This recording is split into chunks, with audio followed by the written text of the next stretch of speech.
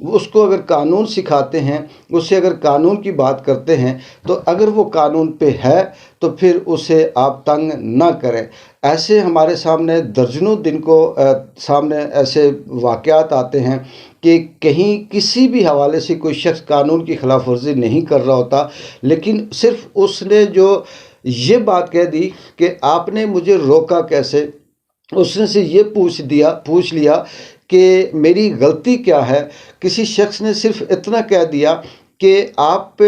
کس قانون یا کس اصول کے تحت مجھے پوچھتے ہو یا روکتے ہو، تو یہ اس کا جرم ہوتا ہے۔ اس کے بعد پھر اسے جو لمبی سزا ملتی ہے، جو بےعزتی ہوتی ہے، جو گھسیٹ ہوتی ہے، اور اینڈ پہ پھر یہ ہوتا ہے جی کہ دونوں کے درمیان بیٹھ کے ایک راضی نامہ ہو گیا، اس میں پھر ایک لمبا سا پرچہ لکھا، پھر مجبوراً وہ جو عام آدمی ہوتا ہے اس کے پاس سوائے معذرت کے، سوائے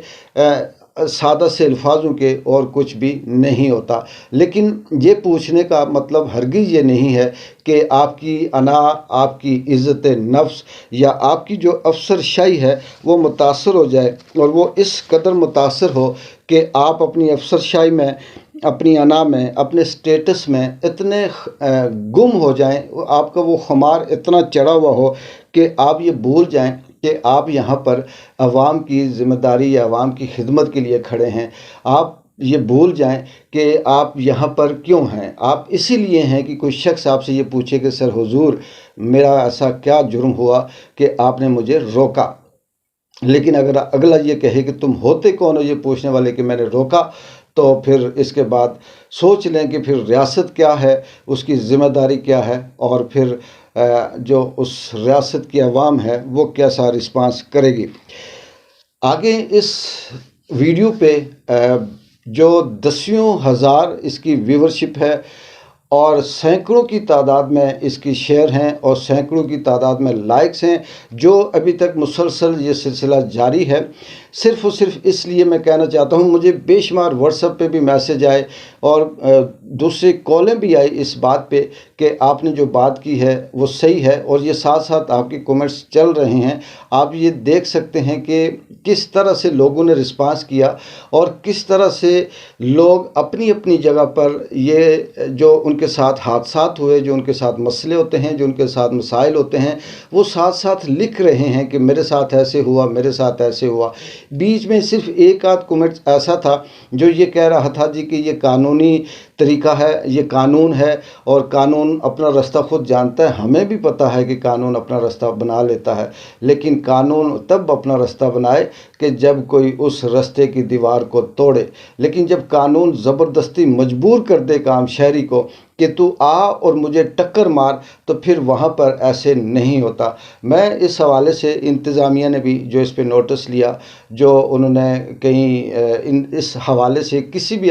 طرح سے کوئی اقدامات کیے، چاہے وہ ایس پی صاحب ہوں، ڈی سی صاحب ہوں یا دیگر ہوں، ان کا بھی شکر گزار ہوں، ان کا بھی تھینک یو کرتا ہوں کہ آپ صرف جب سر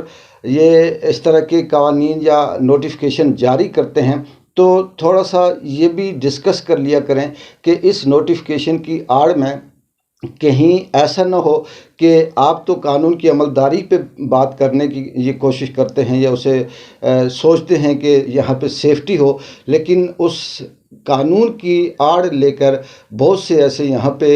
کام ہوتے ہیں کہ جو عام آدمی کے لیے مسئلہ ہو جاتا ہے۔ آخر میں صرف یہ کہوں گا کہ اگر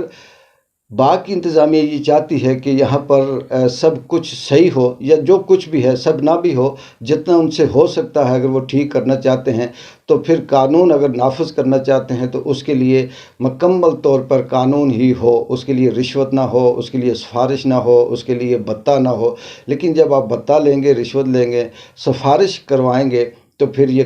قانون نہیں رہتا۔ اور مجھے یہ بھی پتہ ہے کہ بہت سے ایسے ہمارے جاننے والے دوست بھائی جو ٹریفک اہلکار ہیں، وہ بھی سوچتے ہوں گے کہ ہمیں آپ کے مسائل کا نہیں پتہ، ہمیں آپ کے مسائل کا بھی پتہ ہے۔ ہمیں پتہ ہے کہ یہ بڑا مشکل ہے اس طرح کی عوام کو، جتھے کو، جنتا کو روکنا، لیکن پھر آپ ان کو اتنا تنگ نہ کریں کہ وہ اس طرح سے بے بس ہو جائیں اور پھر وہ کچھ کرنے کے لیے تیار ہو جائیں جو آپ نہیں چاہتے کہ نہیں ہونا چاہیے۔ اقبال جنجوعہ کو اجازت دیں، بہت شکریہ، اللہ حافظ۔